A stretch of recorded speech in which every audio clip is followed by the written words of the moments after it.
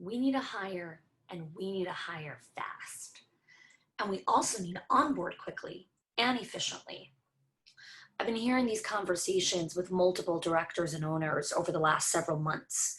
And I know that so many of you are really needing to hire good quality staff. And even for those of you that are bringing back some of your old staff, the onboarding process looks differently in this COVID world.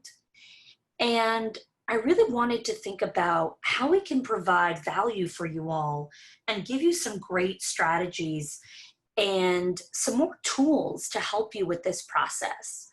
So today I sit down with Natalie Gingrich. She is an HR expert and operational expert as well, and efficiencies in businesses. And we really have a great conversation around what the onboarding process looks like from day zero. We really dig into how do you get clarity on what that new person will bring to your school and where they will fit in this entire operation. Now, I know that when we're looking at onboarding and you need a body in the classroom right away, and you are enrolling faster than you have staff coming in, sometimes we really overlook this process. And specifically during this time when there are so much policy and regulations around the day-to-day operations that every is going to need to be aware of, it is critical to the lifeline of your school that you onboard efficiently. So I'm looking forward to you hearing this conversation that we have with Natalie. Also, Natalie is going to be one of the guest mentor coaches in our Owners Only program and Directors Inner Circle. Over the course of this school year, Natalie will be doing multiple sessions with our directors and owners on the hiring and onboarding process, giving tools and systems and strategies of how to do mentor teachers and how checklists for onboarding and all of these different tools that the owners and directors can use. So if you are interested and you're not a member yet in our program, definitely check the link below so that you can apply and see if it's a good fit for you. With no further ado, here's my conversation with Natalie. Hello, everyone, and welcome to another episode of Ripple Effect TV. Today, I'm really excited to welcome a dear friend and also someone who is a real skilled individual.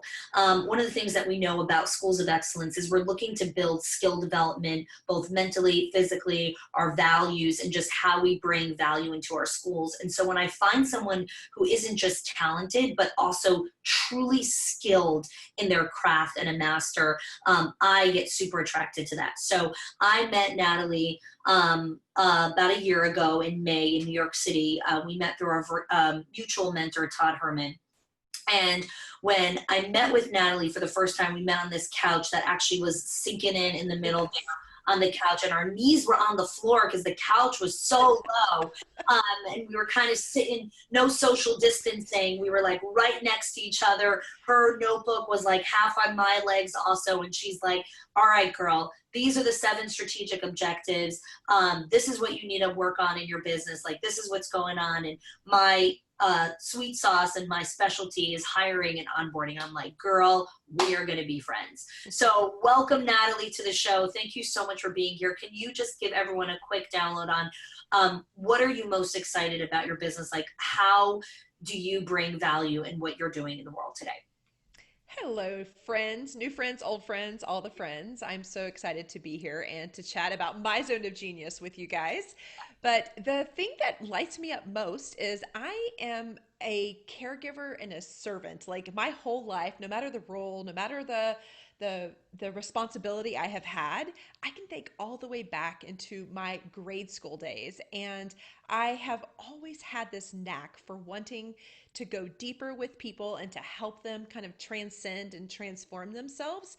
And it all came from like the servant's place. And so I am doing something drastically different today than I trained to do in college. And all of the dots now connect perfectly to just really having a servant's heart. Of course, I've been groomed and educated and trained and had some great corporate experiences that have given me a lot of these skills. But at the end of the day, you can wipe all those away. And the one thing that boils down to the bottom of me, the just the core part of me is just showing up and serving people in a really authentic way. So it's not just serving to be served, it's really serving from a place where they're going to be able to become better through our experiences. Yeah, and Natalie did a tremendous guest expert session for our directors and owners and our directors in our circle and our owners only product, where she walked them through the hiring process, and how to create that job description and how to really hire. And that's when I was like, okay, we did that. That was amazing for our members. I'd love to have you on our show and really talk about onboarding, because I know that in our schools, we're many times in a perpetual state of hiring. Even when we are fully staffed, we're still always looking for candidates because we'll up level certain people in the classrooms, and also because there is churn, we're always looking for better talent. And many times onboarding is kind of looked as an afterthought. It's kind of like, great, the person is breathing, their heart is beating, they pass the background check, let's get them into the building, because we need the body there. And when onboarding is looked at as an afterthought, this is something I really learned from Natalie, is when you break this down really, really well, the person that you're bringing into the business adds value so much faster, and gets both of you find meaning and joy in the relationship that much quicker as well. So today we're really going to be talking about onboarding from a leadership and administrative perspective, not so much from the teacher's perspective, in today's episode. So let's jump right in. It's day zero. The candidate received the acceptance letter. You have invited them to join the company. What do we do before day zero? How do we prepare as a business owner mentally and physically for this person to enter our center? Yes, and it does. I'm so glad that we started at 0 versus 1, because we tend to put so much energy into the hiring process, and it's grueling and it takes so much time that a lot of time, and you've still got a full load of responsibility in your center. And so it's not like we have all the time. We get 6 weeks to hire somebody and that's the only thing that our focus is dedicated to, because it's absolutely false. We're still, a lot of times when we're hiring, it's an additional thing on top of a full load. And so we get all of our energy directed towards the project, but we forget there's a second part of this project. If you're going to look at hiring as a project, this is the second phase, and it is as critical as writing a really good job description, which we've talked about before in your other group. But when you get to this point and you've made your selection, it's really not the time to fully exhale. It's really the time to look internally and say, geez, how are we going to make this the best experience for this person? Not only are you kind of wining and dining them, but you're preparing your team, you're preparing yourself for what you've done this for. Like, you went into doing this so that you could grow. And we don't spend enough time in reflecting on how this person could be purposeful and how we are going to need to allocate our time, our physical time, to showing up for this person. And so the two parts that you mentioned are absolutely correct. We need to mentally prepare, because you are going to have to lead in the way you're going to have to lead to be the leader that you see yourself being 90 days and 180 days. You're going to have to jump into that, even if it's uncomfortable. You're going to have to be that leader today. Tomorrow morning, you're going to have to be that person. So it's important to get mentally set there, and don't let this job, the job or the hiring process, get so heavy that you don't save any energy into this next place. Because as we all know, as leaders, leadership takes energy. I am a big believer that if you can pull the right people around you, it's going to take less energy, but leadership can be exhausting with the wrong people around you. You've done the hard work to bring the right people in.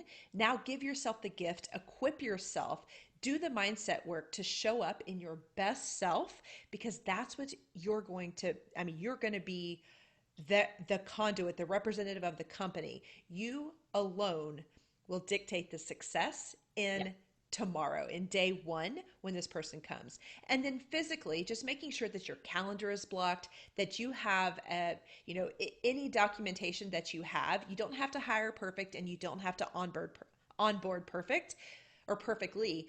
I want you to, any processes or systems that this person's going to need, any tools, do the hard work ahead of time to get all of that together, get it kind of packaged up as well as you can so that they are able to return, be successful, take on some autonomy, get, really come in and establish themselves. The faster they can do that, the faster you're going to feel, the more confidence you're going to have, and the faster they are going to be a really great asset and return on investment in your business.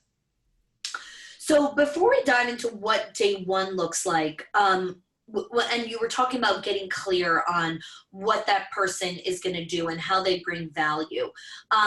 How does one sit down and really go about getting clarity on what do I want this person to bring into the business? Like, what is truly the value? Because while they may have hired for this role before, or they may have someone in this role and now they need a second person in, typically before we make the next onboarding, we try to be reflective and say, okay, what can I do better this time?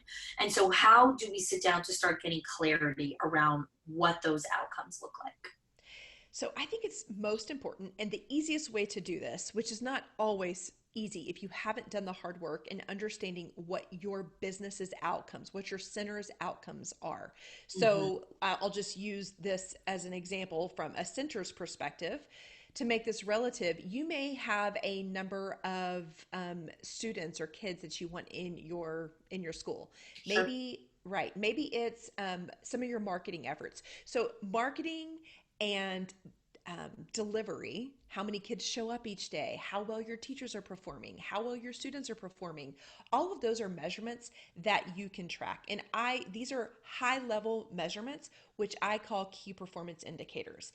If you've done the hard work, even if you haven't, take a pause. Like, if you take something from this episode, this is going to be a real foundational piece of setting you up for success as you grow your team, even as you bring in new people. We talked about churn. Churn is going to happen in all businesses.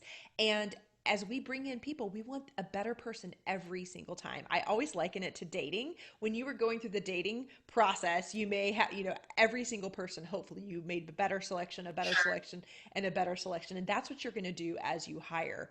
But really making sure that you understand what what the center's highest level goals are. Now you're going to kind of reverse engineer this person that's coming into your business. How are they going to play into those key performance indicators?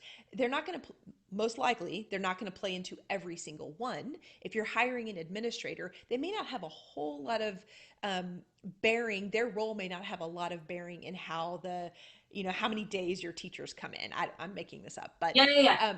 but from an administrator's perspective, they're probably going to be looking more at the operational objectives of your business. And so when you go to create this new position, I want you to think of which objective, which key performance indicator does this role tie up to? Honestly, like, put it on a whiteboard. I know we're Yeah, super visual people, so yeah. put that on a whiteboard and have your key performance indicators up there. And all of your leadership team, I want you to have, who is it that makes, who is going to be responsible for lead generation, for, student success, for teacher success? What are those, who are those roles?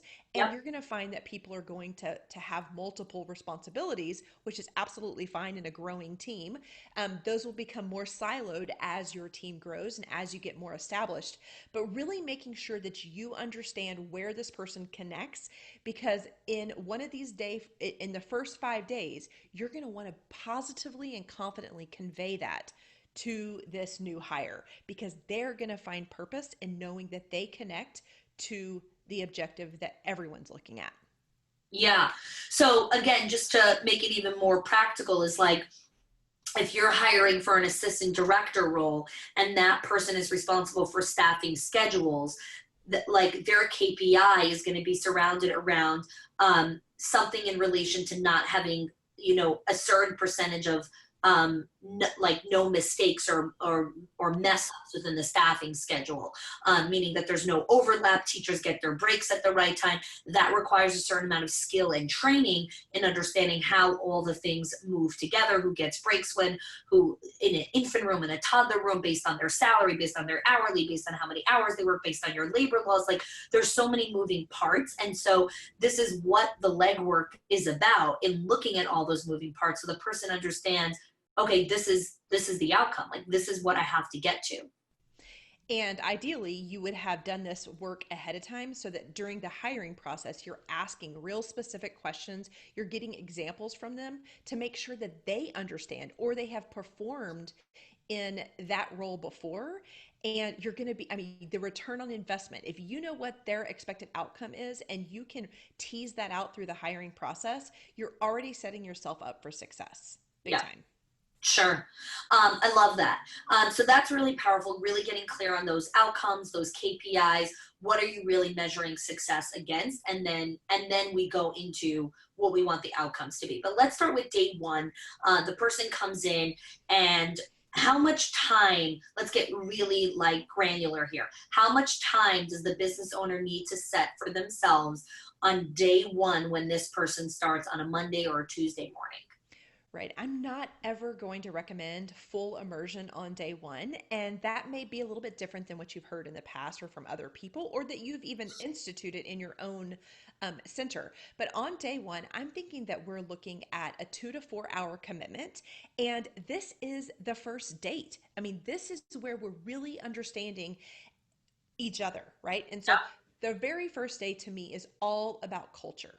So you're going to meet face to face with this person. They are walking into a new physical building, and the culture needs to be infused not only on a physical component, but in a relational component. So face to face, we need to be able to sit down, and there may be many stakeholders that are going to help you communicate your culture, the company or the center's culture to this new person.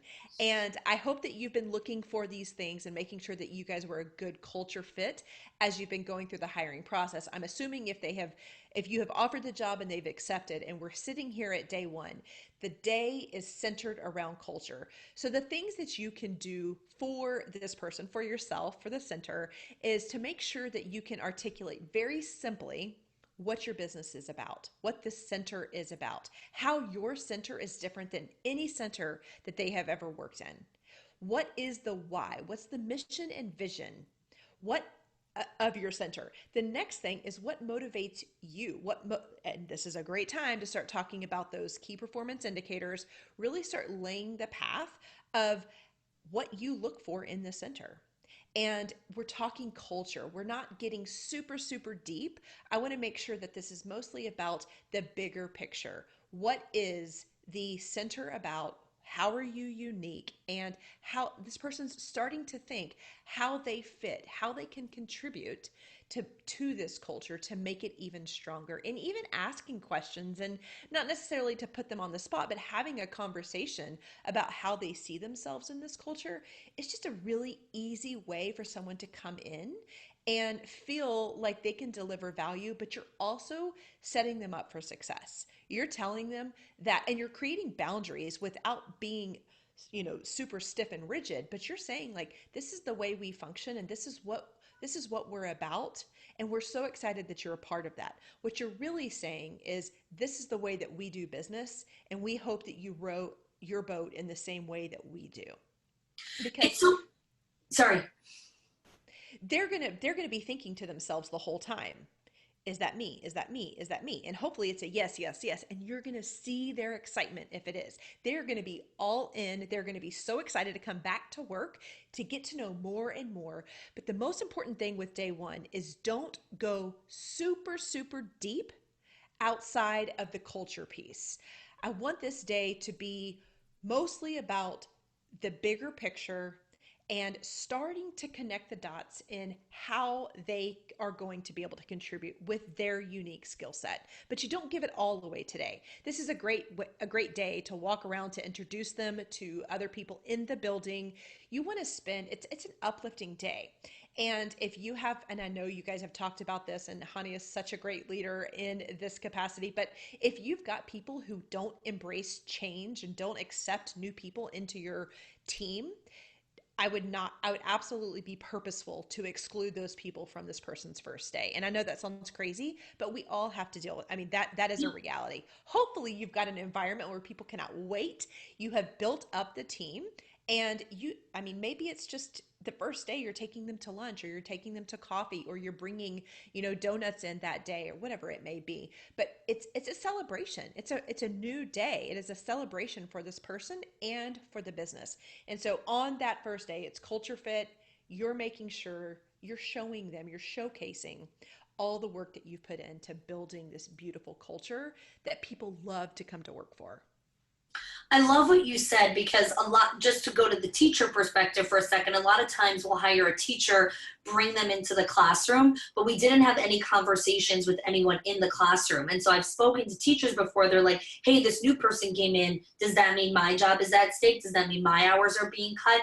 If we don't clearly articulate that to our people, it's human nature is we go straight to the worst case Yep. scenario, to the fear of, oh, this person's taking my bread and butter away. And so really looking at, I love what you shared, just talking about this, having the culture, walking them around, not necessarily like, okay, here's this key, sign this paper, here's the toilet, here's this hallway, but just having that first conversation. I love that. Right. So And you know what? We won't do anything procedural until later in the week. This okay, day is really an introductory day. It's getting to know you as a leader, getting to know their expectations. If you're not going to be their first line manager, then you need to have another time where that person can sit down with them as well. yeah, yeah. So great. The person had day one. Even after 2 hours, we need to remember that our brains are already hurting us. And so not having a full day is really critical and valuable to help the person ease into what's happening. Because even as something as like every little thing is overwhelming to the new person, which is something that I've learned over time as well. So now we have day two. They are back. Um, do they know what's happening this day, or like on day two have you told them day one, hey, tomorrow day two, this is what we're going to cover? Like what happens on day two now? Yes, actually, let me go back to day zero. I know we're going out of turn a little bit, but on day That's zero, if you already know, I mean, this process should be the same for every single person that comes in, regardless of the job that they're going to be performing. On day zero, if you know exactly what is going to be expected of each day, create an agenda. People do so well when they know what to expect. yeah, And remember, you're bringing them in to a leadership position. It will help you so much to be very clear. Not only are you going to stay on track, but they are going to have so many questions answered. They're going to feel at peace and calm knowing that you have done the hard work that it takes to bring them on appropriately. So, and honestly, you're going to be 99 steps ahead of everybody else because this step gets eliminated so many times. So thank you for asking that. When they come into day two, because you've already given them that agenda on day zero, they absolutely know what we're going to be doing. And I don't believe that you have to be super granular. I think that you can say on a bulleted list, like these are the 5 things that we're going to talk about today, or yeah, a checklist. It doesn't need to be from 9 to 9:30 yeah, because I know how busy your centers are. That may be more absolutely, idealistic than yeah, anything else. But for sure. so on day two, day one they're inundated with the culture. Day two, we're starting to see how we're painting the picture for them on how they fit and add value to your business. They know what the center, they know the values of the center, they know the mission and the vision, but they've been asking themselves, how do I fit? How do I fit? They've been a person today. They've been a person, they've been an entity, a human on day one. And day two, now we're talking about the role. Now we're getting more outside of the personality and how they individually, why they are the best person for this role. So I want you to be very clear. The more clear that you can be with this person, the better the performance you're going to get from them. People want a plan. Everybody wants a plan. They have the path, which was the opportunity that you brought to them. Now they need a plan. So I'm a huge fan of a 30, 60, 90-day plan. So when you start thinking of outcomes, which you've already done, how is this person set them up for success? How is this person going to return value to you? That's the way you think of it. But the way they are going to think of it is, how can I show up in my best self, utilizing the skills that they love about me? What can I do in the first 30 days to wow them? And let's face it, we're in the dating phase, right? Those first 30 days are critical in making sure our communication is open, making sure that if, as a business owner, as someone who's managing the finances of a center, we need to make sure that we're doing everything in our power to get return on the investment that we're putting out as an expense or as an overhead expense into this new hire. So Yep. being very, very clear in what your 30, 60, 90-day goals are. And in day two, you're going to start the day by showing them what you're going to give them your expectations, your 30, 60, 90-day goals for this person. You're going to tell them, you're going to equip them with what it takes for them to excel at that. You're going to lay out 30, 60, 90, but now I want you to go deep into what 30 days looks like. Yep. If you are clear and they are clear, you're going to have to manage. You won't have to micromanage near like you have in the past folks that you have brought in. Did they understand me? What are the questions that they have? You're creating a path for them that makes it super easy for them to come to you and ask the questions that they need answers to be able to meet their 30-day goal. And it's a big, big, big desire of mine to make sure that leaders are equipped to not only line these out, but be able to follow up on them and be a good steward of it, because you want to show them that you're committed to their success. You want to coach them every single week of those 30 days, those 4 weeks. You want to show up every single week and make sure they're on track to meet that goal, because you want them to succeed. And they'll never succeed if you don't take the time and you don't make it important, which you're completely doing if you come to day two and you say, this is your role. This is how I see this role being valuable. Here's your 30, 60, 90-day goals. Do you have any questions about the first 30 days? You don't have to go in a lot of depth here. I want you to uncover it a little bit, but I want to make sure that you start the conversation. It is imperative on this day that two-way communication starts. Day Yep. one is more top down. You're showing them what you have. And now day two, they get to show up as an individual, because now it's all about showing you what they can do for this 30, 60, 90-day goal that you have. So day two is definitely going to start with more of that measurement part, the expectations, again, 30, 60, 90. And then you're going to shift it to building rapport with them. You've opened up the door. Hopefully there's two-way conversations. And if there's not, ask questions, get their involvement, because you want them to become comfortable. And they may not be, right? There's a lot of people who are going to have anxiety even on day two, even if you've done the best job of including them and welcoming them on day one. But on day two, after you get through all of the expectations that you have for them and showing them the path, it's building rapport. It's getting to know them on a human level. What motivates them? Even asking them, maybe even doing some personality quizzes and Myers-Briggs or Strengths Finders, whatever it is that is important to you in your industry, having them just take that and really giving you guys an opportunity to conversate about things that are not specific to the measurement. Because at the end of the day, you're going to have to manage their personality as well as the outcome. Yep. And the personality piece can be one of the biggest challenges. And by building this rapport in a very safe environment, you're going to need to share as much as you're going to ask them to share.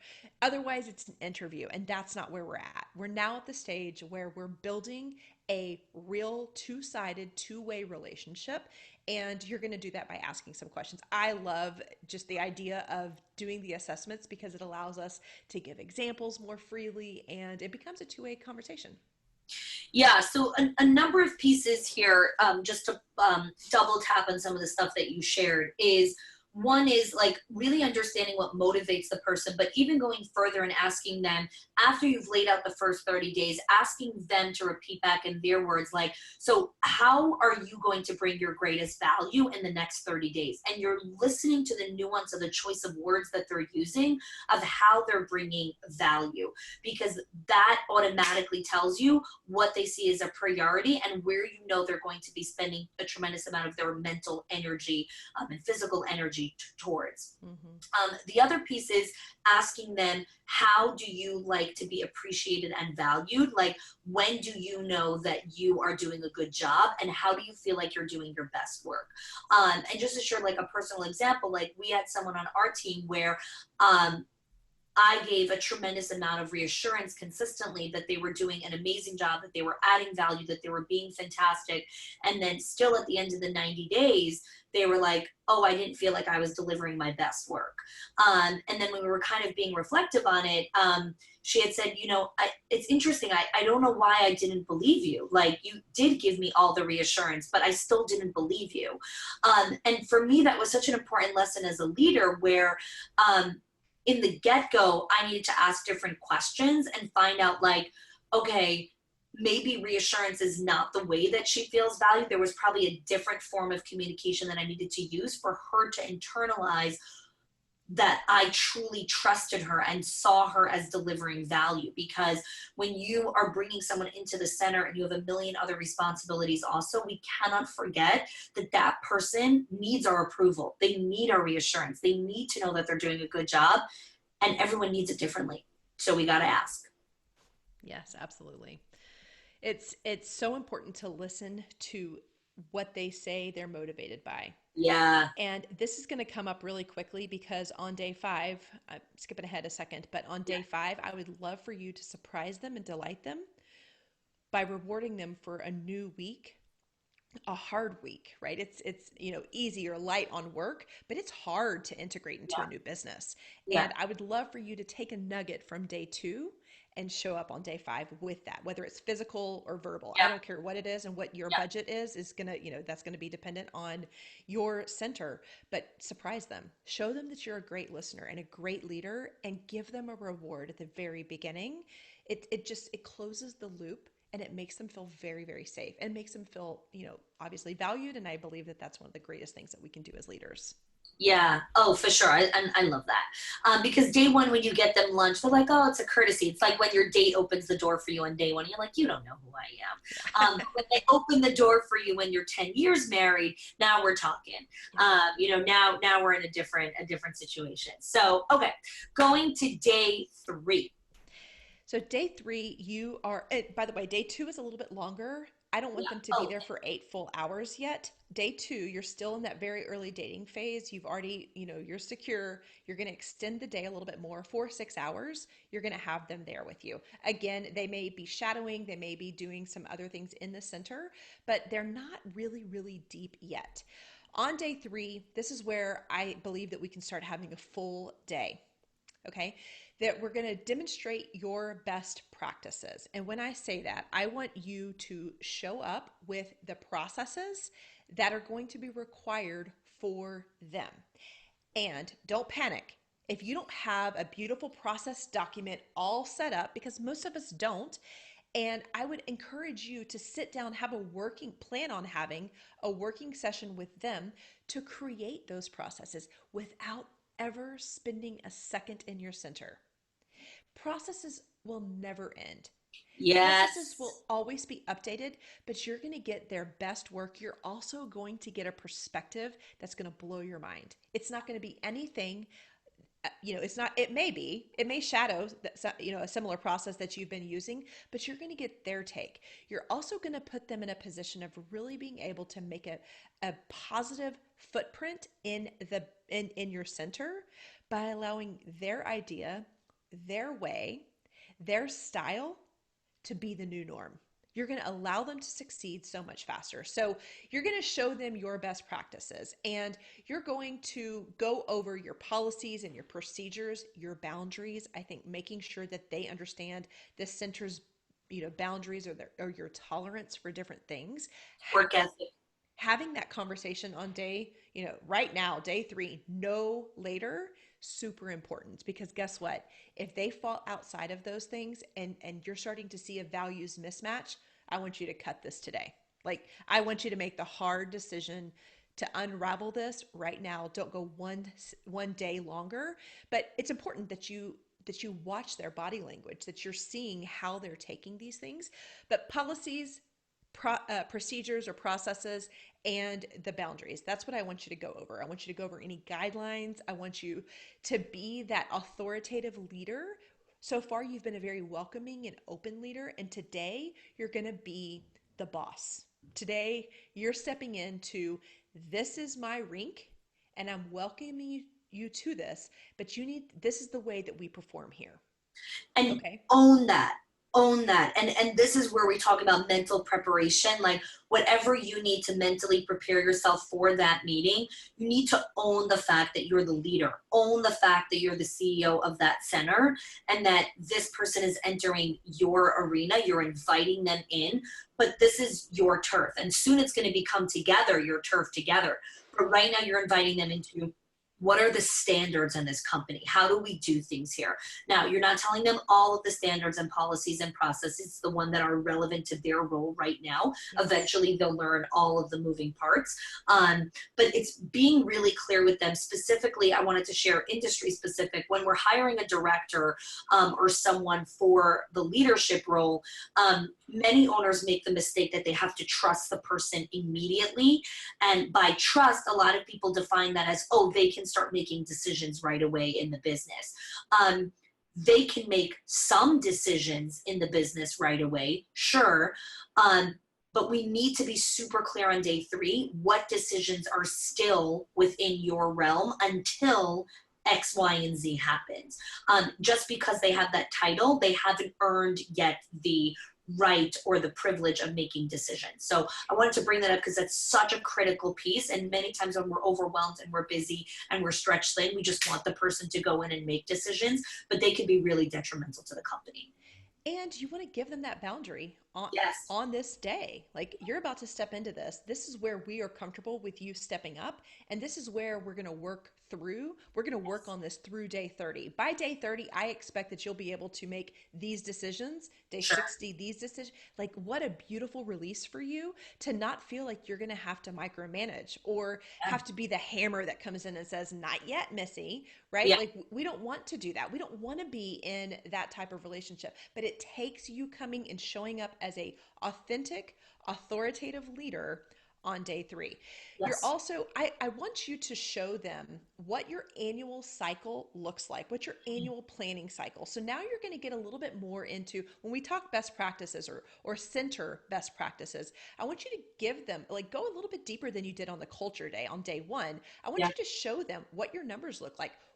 Where are your, start to really be candid with them, where you're seeing success, where you're seeing, numbers not where you want them to be, where you've got opportunities. And also, I think it's such an overlooked thing, but if you can show them what your annual cycle looks like, whether that's a marketing cycle or whether that's, where your numbers are at different times, you're going to get a greater level of buy-in from a new leader.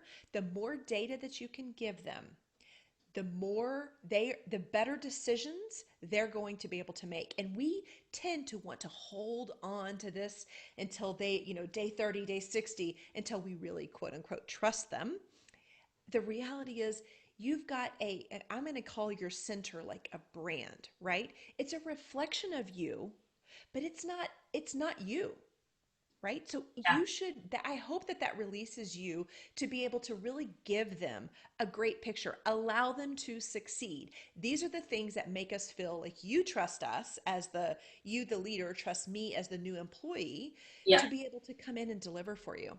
So some numbers that I think are really powerful for industry specific, because again, every industry is really different when we speak of numbers. You're not showing them your P&L statement on day 3. The numbers you're showing them are, what does your enrollment look like? What does your capacity look like? When you're looking at an annual calendar, showing them typically enrollment drops during this month, picks up during this month.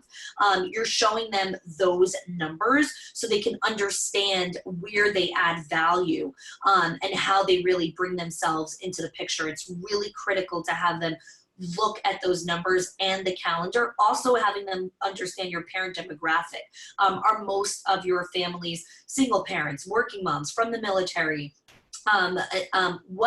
What is the demographic? Because they're going to start encountering families very, very quickly.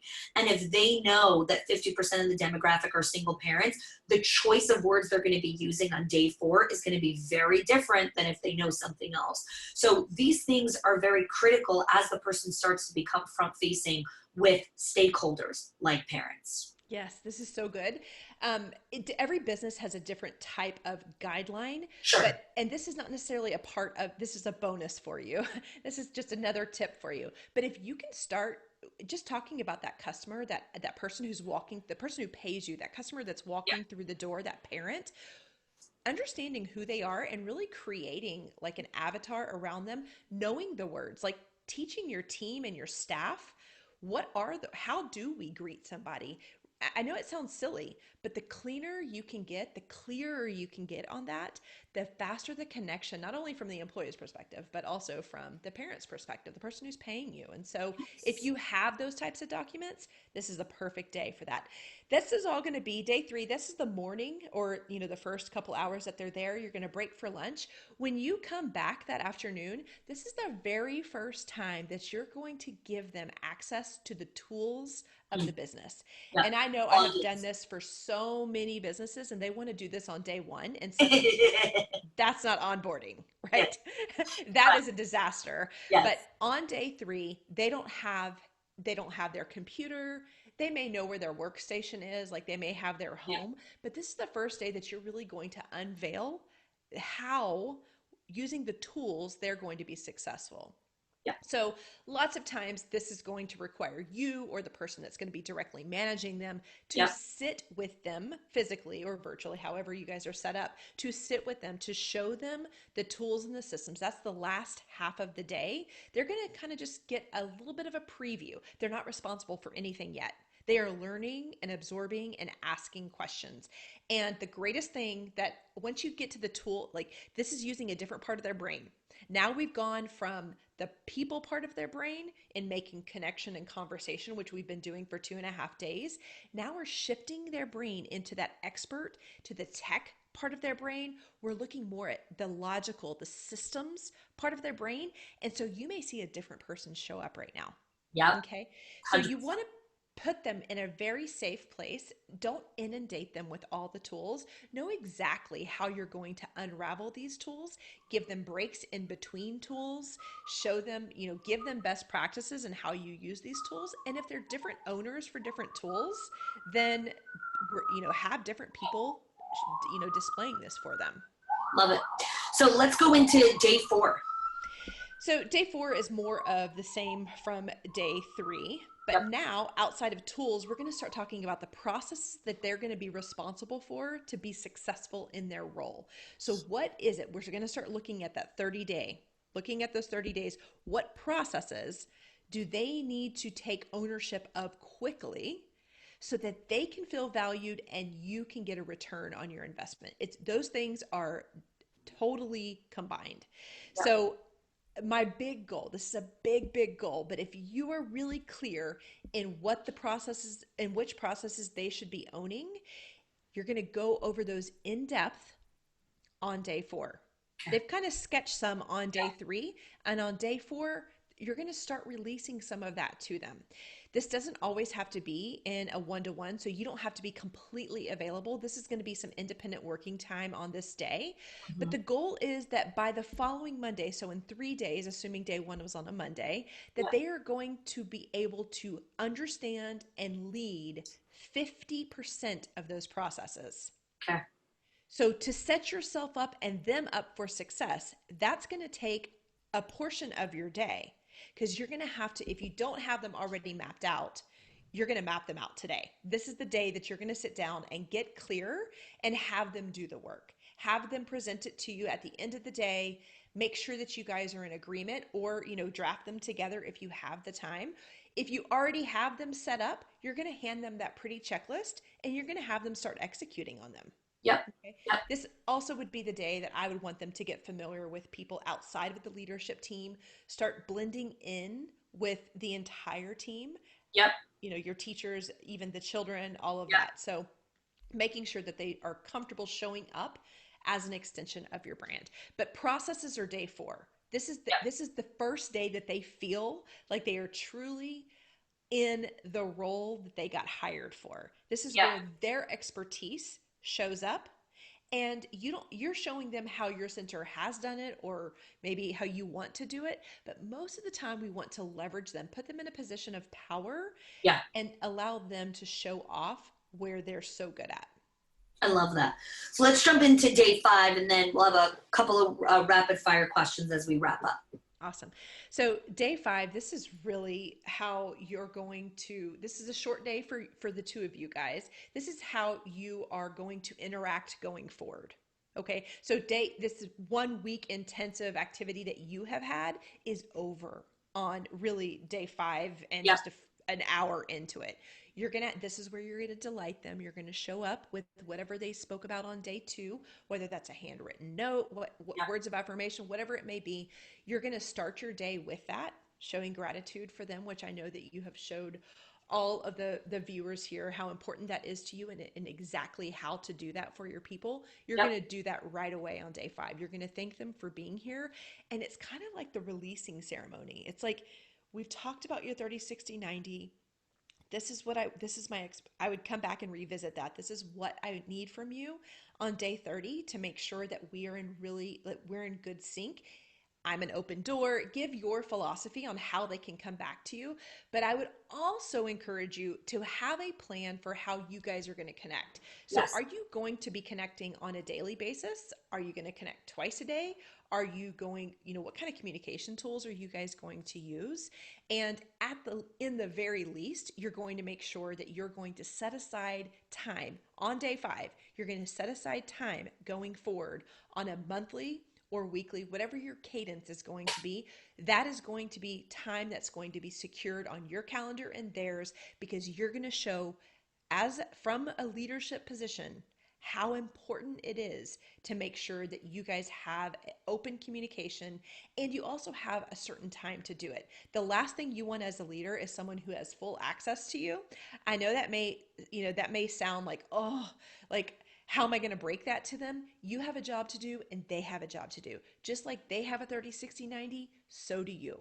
Yep. And you want to make sure that you're leading from the front and saying, this is where we are going to come back together. And at this point, you're setting them free. Just make sure, I would say, that you're going to want a touch point. And I know Honey and I have a very similar approach to this. Yep. For the next several weeks, you're probably going to want to have several check-ins with them to, again, this is all in the vein of communication, making sure that they're on track to meet that first 30-day goal, because you're going to celebrate that goal big.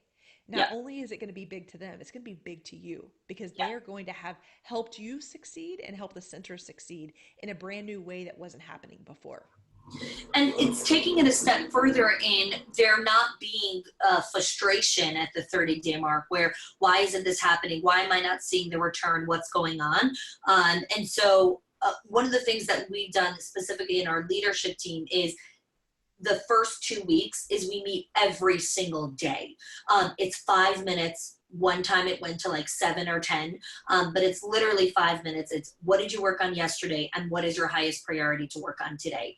And like this, we are learning very quickly how she thinks, how she makes decisions, how she chooses priority. Is she staying focused? Is she falling off the bandwagon and trying to show value from the 60-day mark to kind of prove, but we're not up to the 60-day mark. We're on the 2-week mark, so don't jump there yet.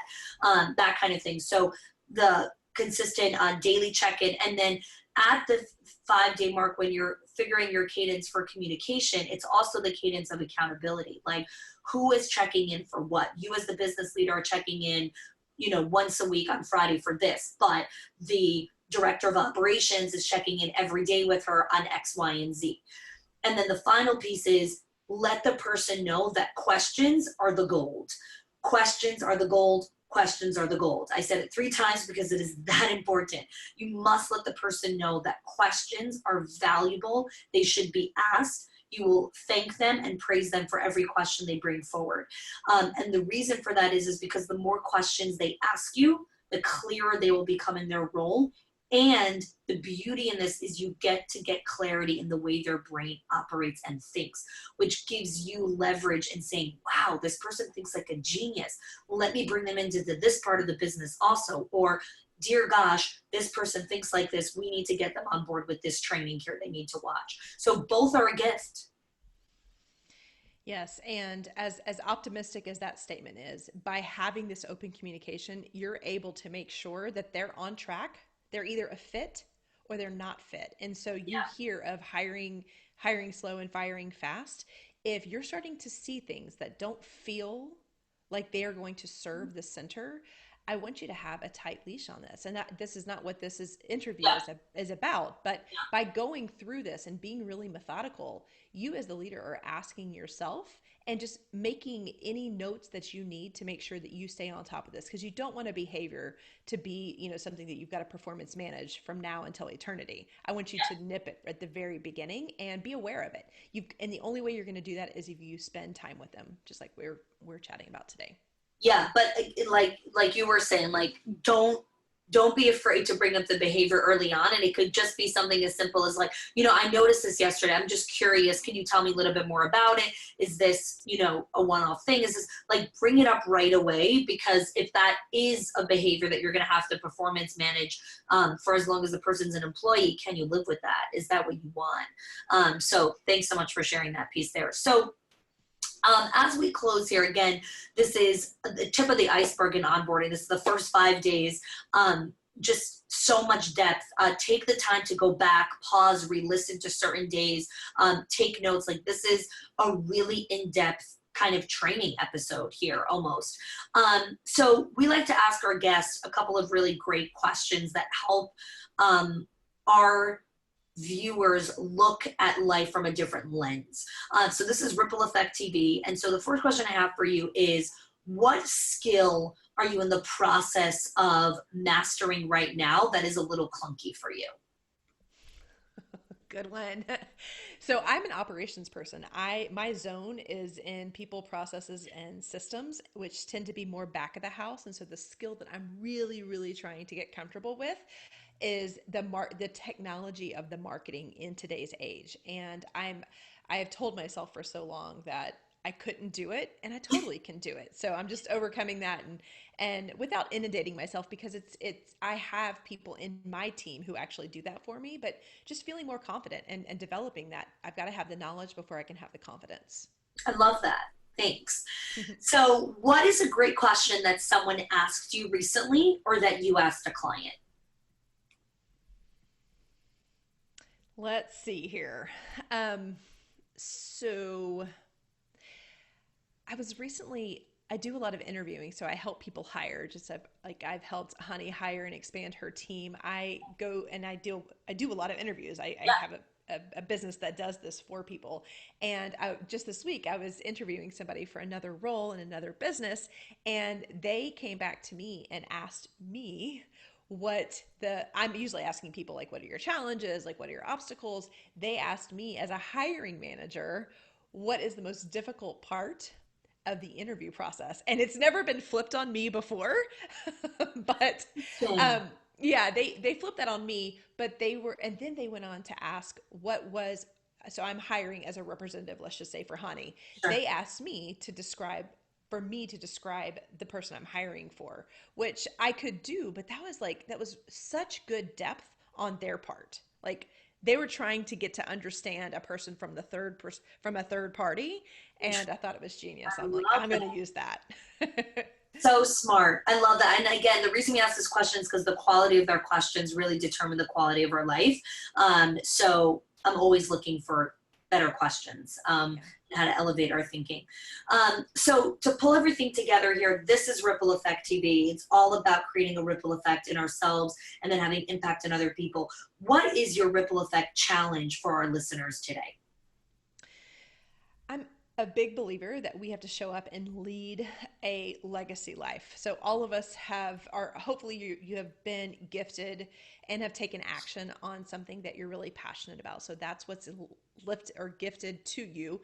You're taking that and monetizing it by showing up as the leader in your business and or the leader in your center and tying that role to the legacy that you're going to have in your own personal life. Like, we try to pretend like they're two separate things, and in reality that each of these personalities have to come together in everything that we do. Yeah. And so what is the bigger legacy? I think that my goal for in my own life is having and helping people to get very clear on what their legacy life looks like and defining it, putting it in words. And once you have that, you're going to be able to show up in your best self, be able to exclude people, things, ideas, that a mindset that doesn't serve you. And so knowing what it is, and I tend to say like, you know who you want to be when you think of the roles that you're playing in your life, the most important roles. And so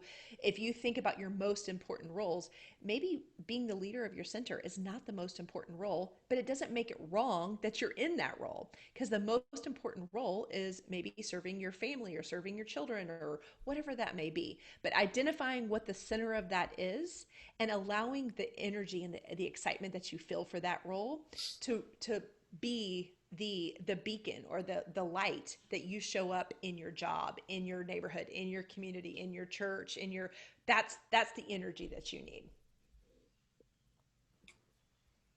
Excuse me. Um, where can our listeners go to find out more about you, more about the work that you're doing, and if they're interested in finding out more information about hiring and onboarding and the Yeah. operation side of running their center? Yes. So I have a business called the Ops Authority. I don't think we've said that so far, but you can find me at the Ops Authority, like operations, but shortened into ops. So theopsauthority.com. Got a great website there with lots of information, big blog, years and years of blogging. So if you need some help with the backside of your business, you're likely going to find a lot of support there. I also have a podcast you can find on any podcast player that you use. But for you guys today, I want to make sure that we've talked about onboarding. But before that onboarding part, we have to really get clear in the hiring process. And so a process that I have put together that you can swipe, you can take today, download it, make sure you have it for the next time that you go to hire. You can go to theopsauthority.com/hiring plan. And it's my project plan that I would use if I was coming in to partner with you. Now, Hani has taken advantage of my services quite a few times now. Yeah. As we have built her business, she has delegated that responsibility to me. And so I'm giving you the plan that I use for her and for any of my clients, but you have the opportunity to have somebody in-house do this or to also partner with me and have me execute this for you from a non-biased place, and also having a real expert to do the hiring. So people who partner with me don't feel confident, they don't have the time. It'll save you about 16 to 20 hours for every single position. So you have both options there, but I would love for you guys to come follow me on Facebook at The Ops Authority as well.